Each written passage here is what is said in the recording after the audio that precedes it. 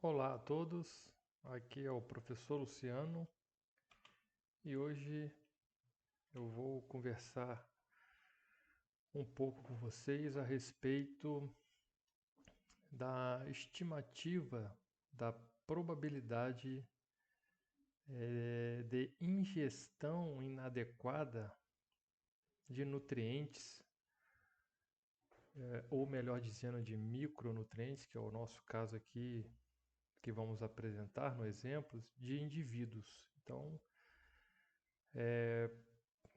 para gente que trabalha na área clínica ambulatorial, principalmente, é muito importante a gente conhecer esses conceitos, tá, de como se estimar a probabilidade da ingestão dos nutrientes com um nível de confiança, tá, elevado. Também, da mesma forma, essa teoria serve para tratar os dados e interpretá-los quando se faz um estudo de caso, né, de indivíduos. Bom, o que a gente tem que pensar inicialmente, antes de realizar o tratamento dos dados, é em relação ao nosso instrumento recordatório de 24 horas ou um diário alimentar, que é o tipo de inquérito adequado para essa estimativa, uma vez que nos permite fazer o levantamento não só qualitativo, mas quantitativo, tá, dessa ingestão de alimentos e, consequentemente, dos nutrientes. Então, o primeiro passo é conhecer o inquérito e em relação às suas vantagens e às suas desvantagens, tá? E, na verdade, as dificuldades práticas que se encontram, né? E o que isso vai impactar no resultado final. Então, a gente entende e sabe que não é aplicável, por exemplo, a todos os indivíduos, né? Se a gente for olhar aí na parte do recordatório de 24 horas, é claro que a gente precisa aí de uma memória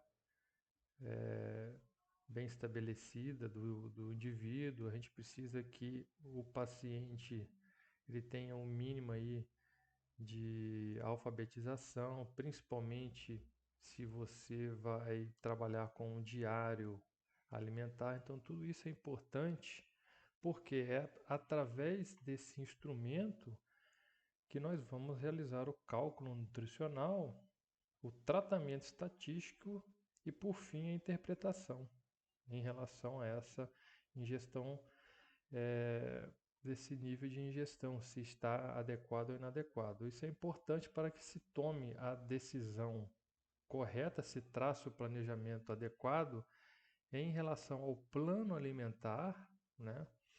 Em relação à orientação e à educação nutricional e até em relação à necessidade e à indicação de suplementação nutricional.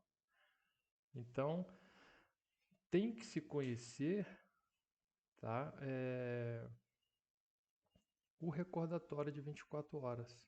Como que se deve aplicar esse recordatório de 24 horas, ok? Para que a gente tenha um mínimo de erro aí na coleta, certo, pessoal? Bom, então o segundo passo de posse dos nossos dados do consumo alimentar, e aí que vai me permitir recorrer às tabelas de composição, tá, nutricional para fazer a estimativa da ingestão de determinado nutriente, eu preciso saber qual é o parâmetro que eu devo utilizar, tá? A gente na verdade, está trabalhando aqui com o parâmetro das DRI, tá? Então a gente vai estimar a probabilidade de adequação ou inadequação de micronutrientes, ou seja, da ingestão, né, inadequada desses indivíduos com base nos parâmetros da DRI, que é um dos principais parâmetros em relação às necessidades nutricionais dos indivíduos ou população, estratificado aí por sexo, idade e estágio fisiológico, tá? Em algumas situações. Então, esse é o parâmetro. Segundo, a terceira coisa a se considerar, e aí a gente pensando em clínica, nem sempre nós vamos atender um paciente aí saudável, né? Muito provavelmente, se não na maioria das vezes, a demanda aí é por algum tratamento aí de alguma patologia, certo? Então, esse é um terceiro ponto que a gente tem que se atentar, que os parâmetros da DRI, eles foram gerados, tá, em estudos populacionais compostos por indivíduos saudáveis. Então, isso também não significa que eu não possa utilizar as DRIs para a algum indivíduo ou uma população com determinada patologia. Eu só devo ter o cuidado e saber que este parâmetro é para a população saudável. Se estou diante de uma situação aí, uma patologia que não altera essa demanda ou essa necessidade de um dado nutriente, então eu posso recorrer à DRI.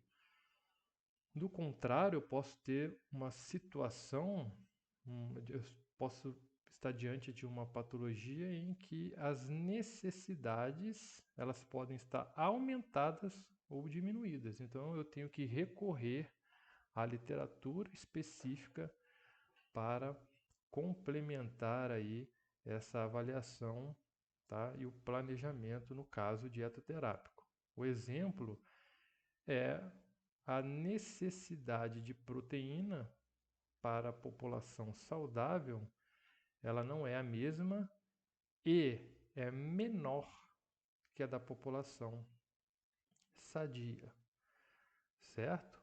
O escoburto é uma situação em que você tem a deficiência de ácido ascórbico, então, consequentemente, os parâmetros da DRI não irão atender essa população, esse indivíduo em questão.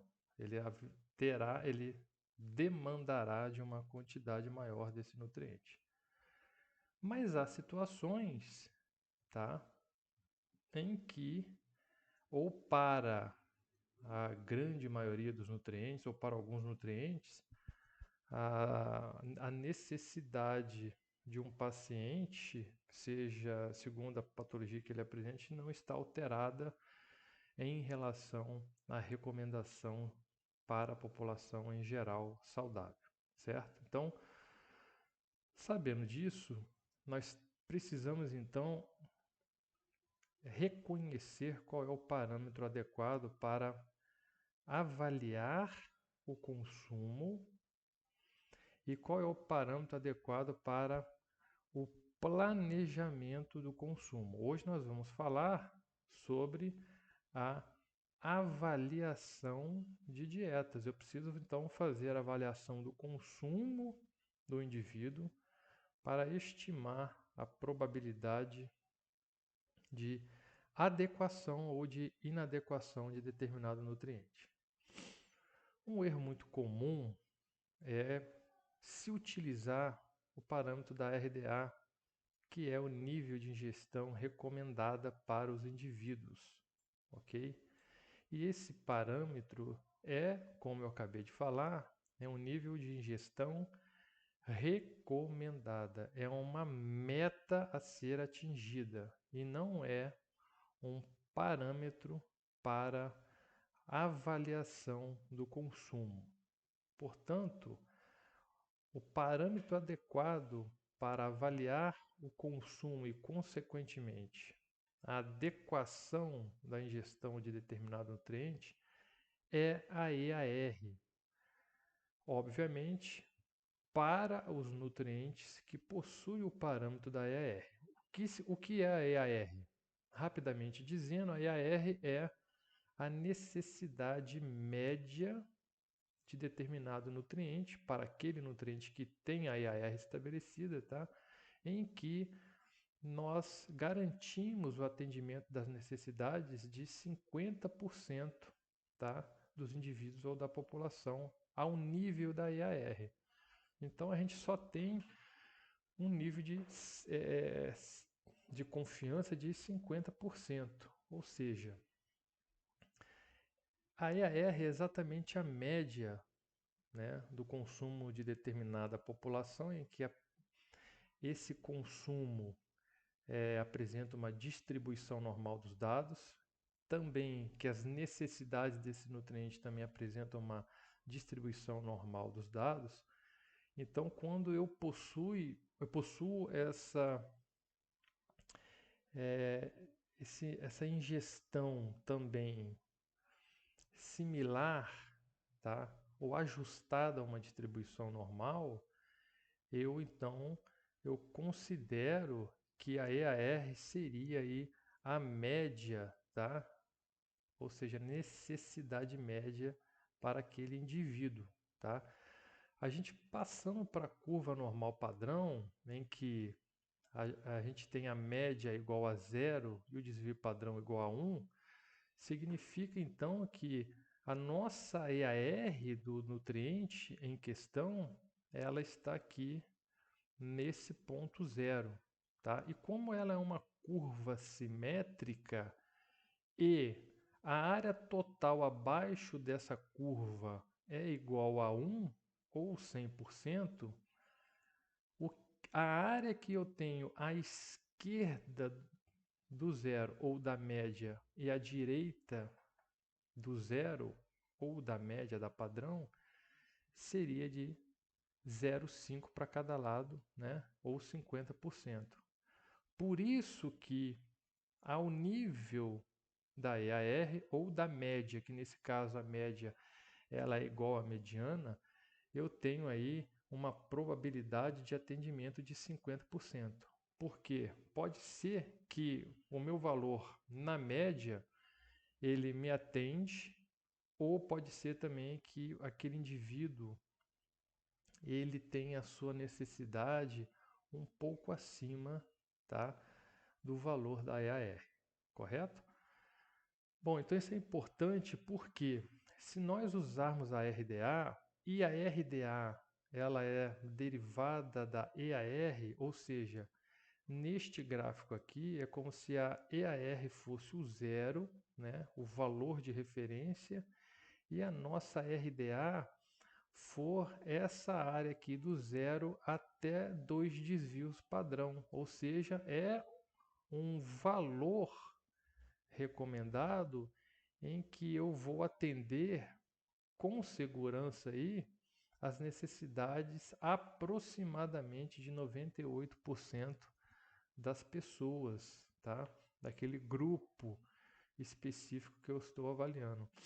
Por isso que não devemos usar a RDA, porque ela é uma meta de gestão para que você garanta o consumo adequado. Porém, se eu usar esse parâmetro para avaliar o consumo, certamente eu vou superestimar a probabilidade de inadequação, uma vez que eu posso ter as minhas necessidades atendidas abaixo desse valor. Então a RDA é apenas para garantir, tá, que o consumo é um consumo é, seguro aí, tá, para as necessidades do indivíduo.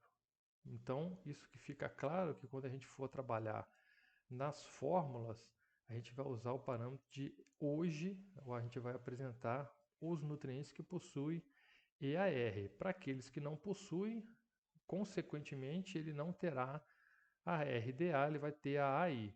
Aí no próximo vídeo a gente vai fazer o cálculo específico aí para os nutrientes que só possuem a AI.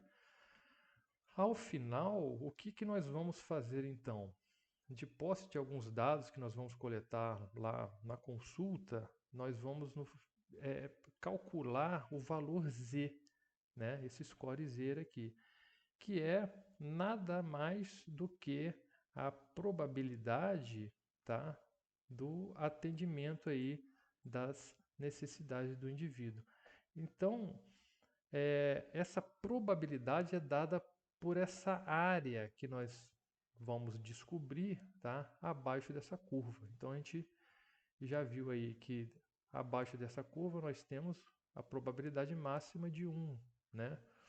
E conforme esse valor que nós encontramos, né, segundo os dados da ingestão média do indivíduo, a gente vai estimar então essa probabilidade de adequação ou de inadequação.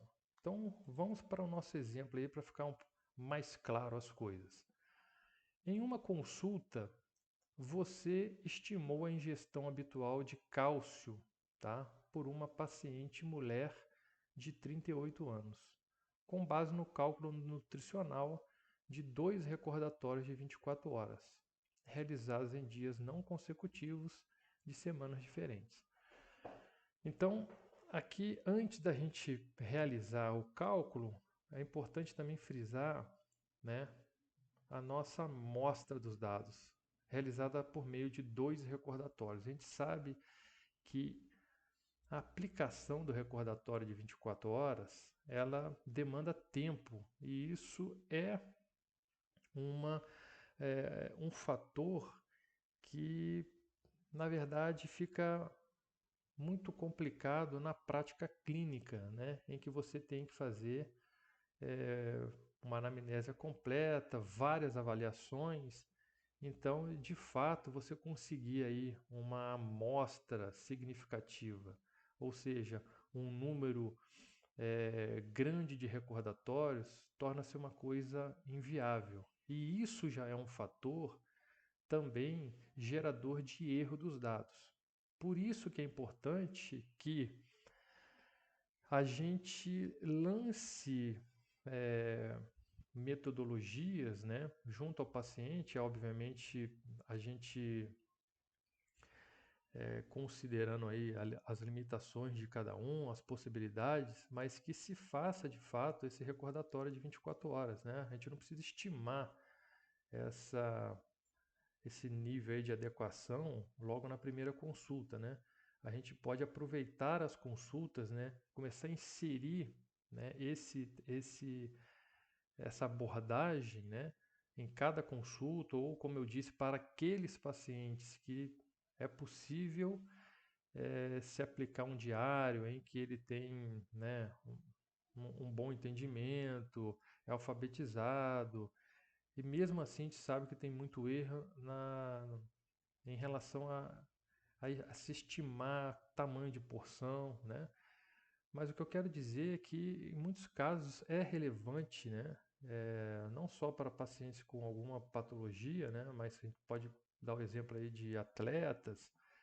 É de extrema relevância aí conhecer a ingestão habitual do indivíduo para que, obviamente, né, em complementação com outras avaliações antropométricas, bioquímicas, a gente fechar o melhor diagnóstico, né, e traçar o melhor planejamento dietético ou dietoterápico. Então, a gente sabe da dificuldade, isso não é só na prática clínica, até para pesquisas, né, da possibilidade de se aplicar muitos recordatórios. Mas a gente vai dar um exemplo aqui e vocês vão perceber como é importante, tá? Ter esse N, ou seja, essa amostra, o quanto maior, melhor, porque quanto maior for o número de recordatórios, mais representativo, tá, vai ser a sua probabilidade, maior vai ser o nível de confiança daquele valor que você vai encontrar. Tá? A gente vai dar um exemplo aí, vai ficar mais claro. Então, o nosso exemplo aqui, aplicou-se então 2 recordatórios de 24 horas a uma paciente, né, de 38 anos, e após recorrer aí aos cálculos devidos aí junto às tabelas de composição, o nutricionista encontrou aí uma ingestão média, né, em relação a esses 2 recordatórios de 926,39 miligramas de cálcio. Então, o que a gente vai fazer é estimar a probabilidade de inadequação ou de adequação, né, de ingestão do referido nutriente. Bom, então vamos pegar aí a teoria inicial aqui nesse quadro, né, e avaliar aqui alguns parâmetros. Então, está aqui o quadro específico aí, sexo mulher, né, o nutriente e o estágio de vida, né, de 31 a 50 anos em que a nossa paciente esteja, né, contemplado nessa faixa etária. Então, a gente acabou de ver que o parâmetro correto para avaliar o consumo de nutrientes, quando se tem, é a EAR, né? Então, eu vejo aqui que a EAR, para essa paciente, né, segundo o sexo e o estágio de vida, é de 800 miligramas, correto? E a RDA, que a gente falou também, é um valor, tá, de segurança, ou seja, ele está a 2 desvio padrão da EAR, né? E aí a gente vai considerar aí, de uma maneira geral, que os nutrientes possuem um coeficiente de variação de necessidade de 10%, a exceção da niacina, da vitamina D, cianocobalamina, que é de 15, pode chegar a 20, né? Então, a gente tem que a RDA é 20% a mais aí do valor da EAR para garantir, né, um consumo adequado, certo? Então, a RDA é meta de consumo, pessoal, não é parâmetro para avaliação, porque certamente nós vamos superestimar inadequação de ingestão usando esse parâmetro, ok? Então, eu tenho que usar o quê? A necessidade média, ou seja, aquele valor em que 50% da população é atendida e outros 50% não. Essa é a probabilidade. A gente pode fazer também 2 avaliações. Nós vamos avaliar aqui por meio de valores, né, calculados, ou uma avaliação qualitativa. Então, o que eu tenho aqui? Eu tenho que a minha EAR é 800 e a ingestão média que eu considerei como habitual, embora eu reconheça que 2 recordatórios é pouco, mas é o que se tem para fazer, né? A própria literatura indica pelo menos 2 ou 3. Então eu vejo que o consumo da minha paciente está acima da EAR, porém abaixo da RDA, tá? Por aqui eu já tenho algumas situações interessantes que como eu falei para vocês, se eu pego como a RDA, o parâmetro para avaliação, eu já de cara, sem fazer aí o tratamento estatístico, número a número, eu ia concluir que a ingestão média dela está abaixo das necessidades, correto? É só se eu utilizasse a RDA como parâmetro para avaliação, né? 926,39 miligramas é menor do que 1.000. E aí nós vamos ver como que, se você utilizar o parâmetro, você fizer o tratamento estatístico errado, você vai ter uma conclusão errada e você vai ter um planejamento equivocado junto ao seu paciente, ok? Então, como nós vimos, é a EAR. Opa, então já está acima da EAR. Primeiro, vamos então olhar aqui, vamos fazer uma avaliação qualitativa, certo? Eu tenho um consumo de 926,39 miligramas, significa que ele é maior do que a EAR, porém menor que a RDA. Então, a primeira coisa que eu consigo fazer É uma avaliação qualitativa rápida. Olha só, quando a ingestão média está entre os valores da EAR e da RDA, que é o caso do nosso exemplo, há uma probabilidade de adequação. Está aqui, ok? Mas eu não sei ainda, eu não quantifiquei qual é essa probabilidade. Essa probabilidade é alta, é baixa? Eu posso utilizar essa probabilidade, ela tem um alto nível de confiança? Então isso aí a gente vai ver segundo os cálculos, né? Mas qualitativamente eu já consigo mais ou menos inferir que há uma probabilidade de adequação, uma vez que os valores que eu encontrei da ingestão média de cálcio está entre a EAR e a RDA, né?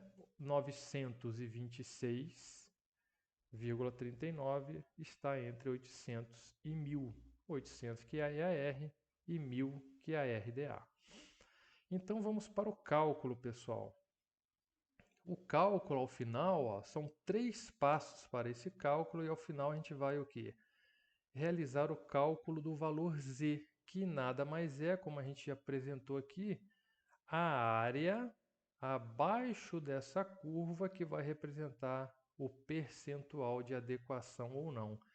Se eu apresento um valor de Z negativo, ou seja, à esquerda do zero, eu tenho a probabilidade de inadequação, né? Quanto menor o valor, maior vai ser a minha probabilidade de inadequação. O contrário, valores positivos à direita do zero, quanto maior o valor, maior a probabilidade de adequação do consumo. Esse é o valor Z final que nós vamos encontrar, que nada mais é que a área abaixo da curva que vai representar a minha probabilidade. Negativo, de inadequação. Positivo, de adequação. Zero, eu vou estar na média ou na mediana com 50% de adequação e 50% de inadequação. Então, o primeiro passo que a gente tem que fazer é a diferença, tá, da minha média encontrada, ou seja, do meu consumo médio encontrado do paciente, menos o valor da EAR para o nutriente. Bom, a média encontrada nos dois recordatórios foi de 926,39 miligramas. A EAR é tabelada, né, lá do trabalho de base, né, de 1994 a 96, que geraram os valores, os parâmetros da DRI. Então eu tenho que, para o sexo em questão e o estágio de vida, eu tenho que a EAR é 800. Então eu vou já considerar aqui a minha EAR como 800. O meu MI aqui vai ser a média de ingestão do meu paciente, 926,39 miligramas. Então a minha diferença, que aí eu já vou começar a ver aqui, se a minha média ela é menor que o meu EAR, eu já vou ter um valor negativo. Não é o caso aqui, eu tenho uma ingestão maior, então o meu D vai ser igual ao meu MI, que é a média encontrada aí do consumo da minha paciente, menos a EAR. Tranquilo aqui, né? Então eu tive uma diferença aí de 126,39 miligramas. Esse é o primeiro passo a ser feito. No passo 2, nós vamos encontrar um valor de DP que a gente chama, que a gente tem que considerar aqui o desvio padrão da necessidade do nutriente em questão, e nós vamos considerar também o desvio padrão intrapessoal. O desvio padrão da necessidade, como nós falamos há pouco, a gente vai olhar pelo coeficiente de variação daquele nutriente, tá? No caso do cálcio, nós não temos aqui na tabelado, então nós vamos convencionar que seja de 10%, como é para a maioria dos nutrientes. Então, esse desvio padrão da necessidade seria então o coeficiente de variação, tá? é esse percentual em relação à sua EAR. Ou seja, ele é a nossa EAR vezes 10%, que nós vamos considerar aqui para o cálcio, né? A gente vai olhar aqui para muitos nutrientes, é 10, tá?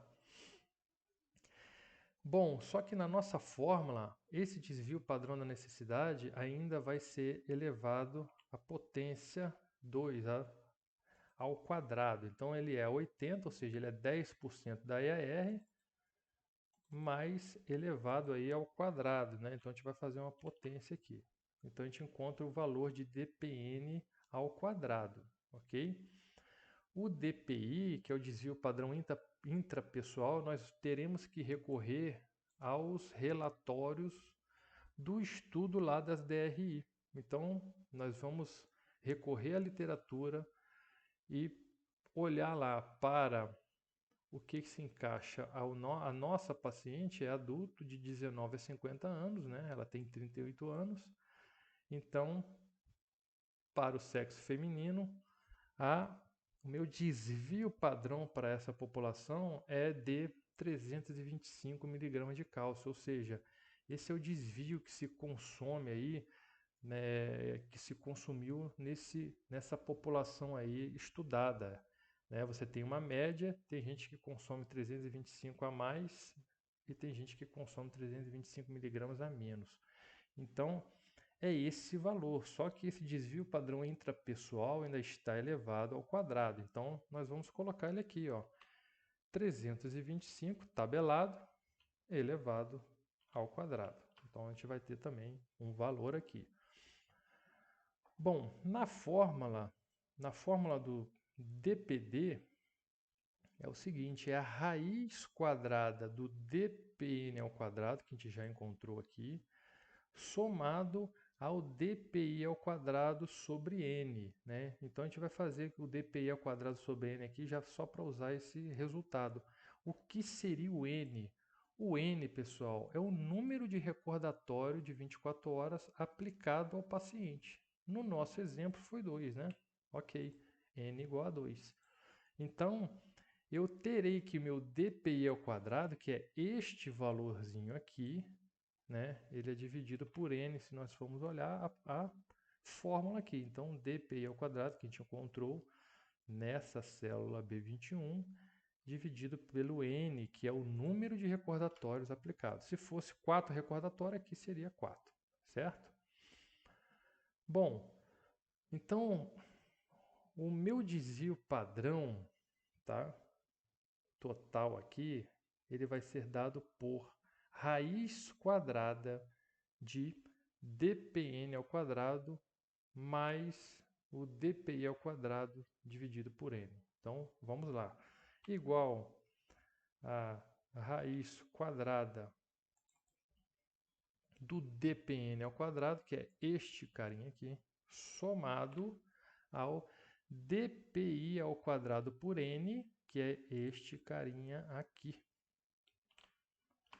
E aí a gente tem um dp de 431,3, certo?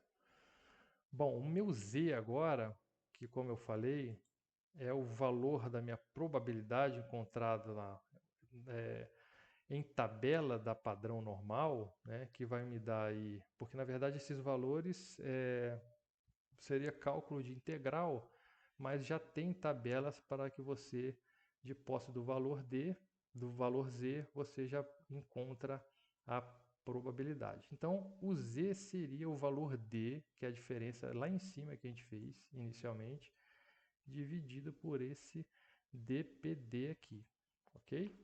Bom, então a gente tem aqui um valor de 0,29. Vamos ver aqui, ó. 0,29, só um pouquinho aqui, é que eu coloquei a raiz quadrada considerando π. É raiz quadrada só. Certo? Então, a gente encontrou aqui um dP de 243, tá? Voltando aqui, ó. eu tinha selecionado aqui essa raiz aqui, não, que retorna, tá, uma raiz com número vezes π. Não é esse aqui, pessoal. Vamos fazer novamente aqui. Certo? Então eu encontrei aí um dp de 434 e aqui no valor z eu vou pegar o d de 126,39 e dividir pelo dpd, que eu vou encontrar um valor z de 0,52, tá? Bom, só para a gente ter uma ideia visual, 0,52, né, pessoal, tá aqui mais ou menos, né, entre o 0 e o 1 de probabilidade, né? Então, ou seja, a probabilidade vai ser esse 50% todo aqui dessa primeira metade da curva, mais uma quantidade aqui, né, entre esse espaço de 0 e 1, só para a gente visualizar, tá? Mas já tem as tabelas prontas, então olha só, o meu z é de 0,52, então eu vou lá na tabela e vou ver, ó, 0,52, então olha só, o valor score z maior que mais 0,52, ou seja, ele é positivo, então eu tenho uma avaliação aqui já inicial de ingestão adequada. Como o nosso é 0,52, né? Então a gente pode dizer aí, como ele não está muito acima de 0,50, né? 0,52, se tivesse 0,68, 0,70, a gente podia trabalhar aí com um nível de confiança entre faixas, né? Mas a gente pode então afirmar que a ingestão habitual, tá, dessa nossa paciente está adequada, tá, com um nível de confiança aí de 70%. Certo, pessoal? É assim que a gente vai fazer. Então, embora esteja esse consumo médio abaixo da RDA, eu não tenho muito aí muita necessidade de manejar, de pensar em algo assim para tentar melhorar essa ingestão. Claro que eu tenho que considerar aí também outras avaliações, a avaliação clínica, bioquímica, tá? Mas a princípio, avaliando aí somente o consumo estaria ok, certo? Então eu tenho 70%, tá, de certeza em afirmar que a ingestão habitual dessa paciente está adequada. Agora a gente vai fazer só para tirar algumas provas, né? Checar algumas coisas interessantes. Vamos imaginar então que a média encontrada, por exemplo, dessa paciente fosse o próprio 800, que é a própria EAR, né? Bom, a gente vai ver aqui que se vai ser a média menos a EAR vai ser zero, né? E zero no nominador vai ter um z de zero, né? Eu vou dividir zero por alguma coisa, vai dar zero. Então, esse valor significa que se eu tenho um consumo habitual exatamente igual a EAR, como a gente falou, isso comprova, eu tenho z igual a zero, então eu tenho que a minha ingestão habitual, ela tem 50% de chance de estar adequada e 50% de chance de estar inadequada. Então, nesse caso, como a probabilidade aí, tá, ela é igual para ser adequado ou inadequado, vale a pena, com certeza, investir aí numa educação nutricional, numa orientação nutricional para aumentar a ingestão aí inicialmente por meio dos alimentos, aí fica a critério do profissional para fazer essa avaliação, né? Em relação à suplementação, aí é uma outra questão, né? Mas seria interessante como há uma probabilidade igual de ser adequada e inadequada, de ter como meta, então, para esse paciente atingir a RDA próximo disso, tá? Então, ó, se ele consumir exatamente a EAR, obviamente ele está lá na EAR, vai ser Z igual a zero, vai ser o que? A probabilidade aí de 50% de atender e de 50% de não atender. Agora vejam que é interessante. A gente viu que a probabilidade, né, segundo os valores aqui que a gente encontrou de 926,39, tá? Com dois recordatórios, foi de 70% de nível de confiança de estar adequado. Veja que coisa interessante, como é importante o número de recordatórios aplicado. Ele aumenta em muito o nível de significância e de confiança dos nossos dados. Então vamos dizer, eu posso colocar até um valor aqui menor que 926,39, como foi no início do exercício. Agora vejam que interessante. Se eu tenho, tá, uma média encontrada aí de 899, vamos botar 889 miligramas de zinco, de cálcio aí consumido, tá? Na média aí dos dois recordatórios. Veja que o meu Z já caiu para 0,37. Então, ele já estaria aí entre 50% e 70% aí de certeza que esse consumo está adequado. Então, já cai o nível de confiança aí dos meus dados. Agora, olhem que coisa interessante, isso é com 2 recordatórios. Se eu faço 4 recordatórios e encontro a mesma média de 889, olha o meu Z como já se aproxima, né, a 0,50, né? Ele já se aproxima aos 70% que a gente tinha de certeza com o consumo de 926. Agora eu tenho a mesma certeza com um valor abaixo, porque o meu N aumentou. Imagine se eu faço 10 recordatórios de 24 horas, tá? Olha o meu Z, a minha probabilidade como aumenta.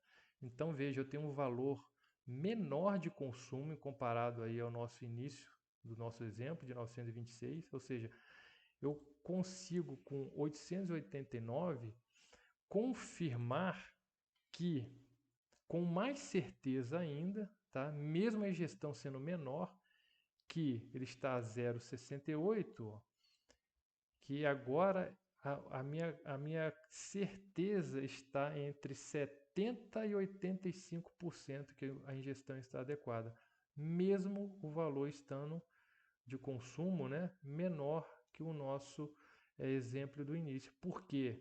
Porque essa repetibilidade dos dados, tá, aumentou de 2 recordatórios para 10. Então eu aumentei o meu nível de confiança. Então é importante deixar isso aqui, como é importante não só utilizar do inquérito adequado, mas o maior número de inquérito possível. Isso eu deixo esse recado para que vocês adaptem isso à rotina de vocês, né? Para aquele paciente que é possível fazer, que se faça o recordatório, que ele possa preencher um diário em casa e você vai se munindo aí de informações e melhorando o nível de confiança dos seus dados.